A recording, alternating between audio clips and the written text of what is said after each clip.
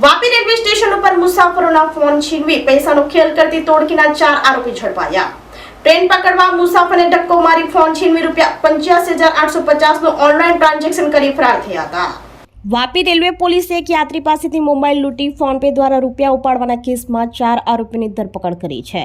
26 જાન્યુઆરી 2025 ના રોજ એક યુવક વાપી રેલવે સ્ટેશન ઉપર આવ્યો હતો। ટ્રેનની રાહ જોતા યુવક પાસેથી 2 શખ્સોએ છાતી ઉપર મુક્કો મારી 15,000ની કિંમતનો મોટરોલા ફોન છીનવી લીધો હતો।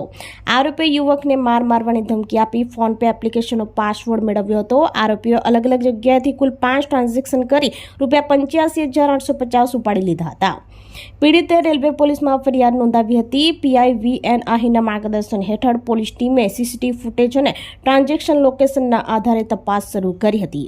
પોલીસે 4 આરોપીઓને ઝડપી લીધા હતા। તેમની પાસેથી મોટરોલા ફોન અને રોકડ ₹85,850 મળી કુલ ₹1,08,50 નો મુદ્દા માલ જપ્ત કરવામાં આવ્યો હતો। પોલીસે વધુ તપાસ હાથ ધરી હતી।